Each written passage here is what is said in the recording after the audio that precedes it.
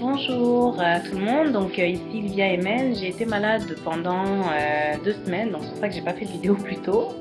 Un sale rhume, c'est l'automne, c'est normal. Et moi qui disais que j'allais pas tomber malade cette saison, mais enfin.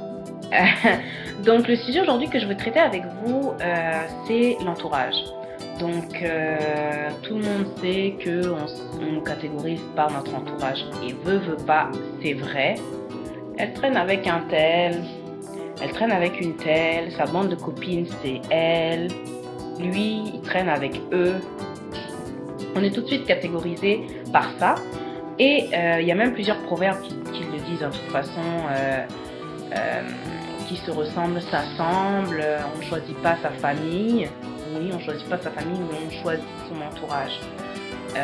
Donc dès qu'on a le choix par rapport à quelque chose, je pense qu'il faut prendre action tout de suite. Oui, quand on est au lycée, au collège, bon, de toute façon, on est tous dans une classe. Moi, j'ai toujours été dans des petits lycées quand même, parce que j'étais à l'étranger. Donc, dans les petits lycées, on est peut-être 28 par classe. Des fois, il y a une seule classe de troisième ou de seconde, dépendamment des lycées dans lesquels j'ai été. Donc, on n'a pas vraiment le choix d'avoir cet entourage-là, à moins que tu veuilles aller chercher des amis dehors, mais ça, c'est un autre problème. Donc, l'entourage du collège et du lycée, ça compte pas. D'accord. Moi, je parle dès que tu quittes tes parents, tu vas à l'université, que tu vis ta vie, tu vois, tu n'es plus là dans le cadre familial et tout ça. À ce moment-là, je pense que c'est très important de prendre en considération notre entourage. Donc, c'est vrai que les premières années à l'université, on maîtrise pas tout ça. On maîtrise pas tout ça et on peut se laisser aller la première, limite deuxième année. Mais après ça, après la première, deuxième année, tu as déjà 20 ans là, 20 ans, 21 ans. Il est temps que tu saches avec qui tu traînes. Peut-être que je parais assez... peut-être que je vous surprends peut-être à dire ça, mais plus tôt on se rend compte et plus tôt on sait ce qu'on veut dans la vie, du moins avec quel genre de personne on a envie d'être, parce que c'est bien beau d'être avec le type de personne où tu te sens, j'ai pas envie de dire, mais où tu te sens supérieur à cette personne-là, parce que, je sais pas, moi, tu as plus de culture générale, ou tu t'intéresses à plus de choses que cette personne, c'est pas intéressant de tout le temps avoir l'air d'être le ou la.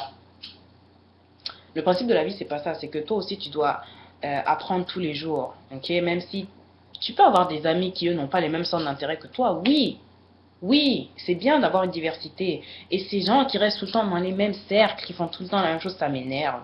Parce que vous êtes là, oui, c'est bien bon, on s'amuse tous ensemble, mais on est venu en détail, hein. On est venu en détail, on va partir en détail. C'est chacun sa vie, on va être amis, on va se fréquenter parce que l'être humain ne peut pas s'isoler de toutes les manières. On va être amis, on va se fréquenter.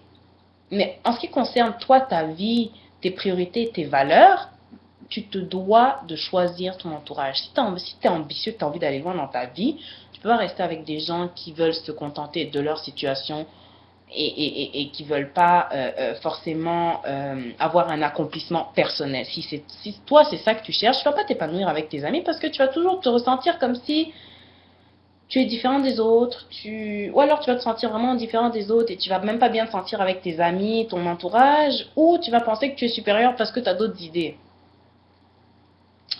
Moi, je suis pas trop pour ce genre de fréquentation-là où tu te sens, ce genre d'amitié-là où tu te sens supérieur, parce que on a tous quelque chose, on a tous notre intelligence, on a tous un pouvoir quelconque qui est différent de chacun. On en a tous un.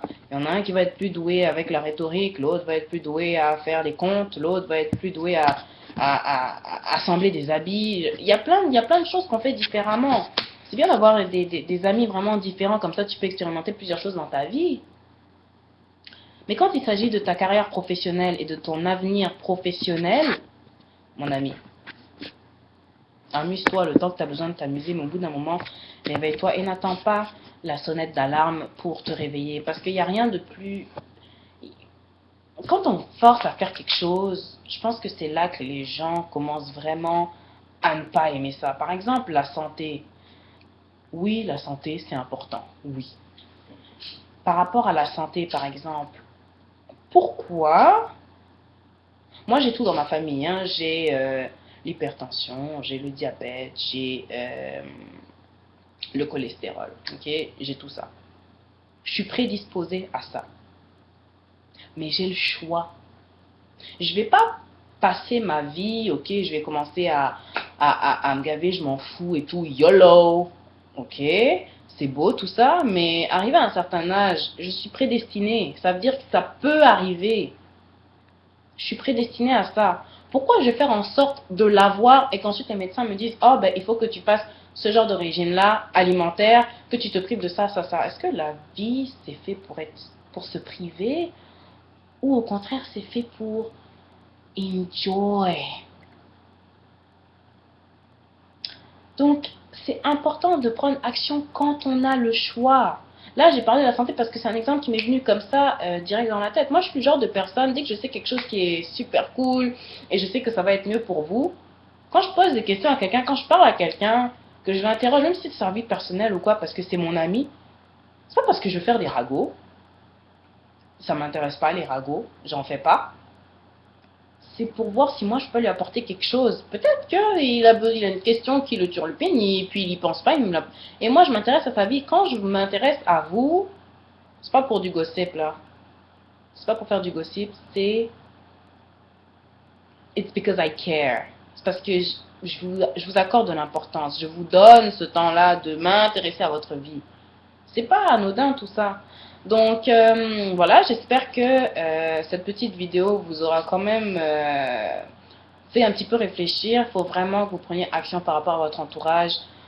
C'est bien beau l'amitié et tout, mais au bout d'un moment, il faut savoir en qui investir son temps. Je dis pas que tu vas aller voir la personne, oh, ben, on n'est plus amis parce qu'on n'a pas les mêmes valeurs, on n'a pas le même, on n'est pas sur la même longueur d'onde. Non, tu peux continuer à avoir tes amis là, tu peux, mais au bout d'un moment, allez, ciao, ciao.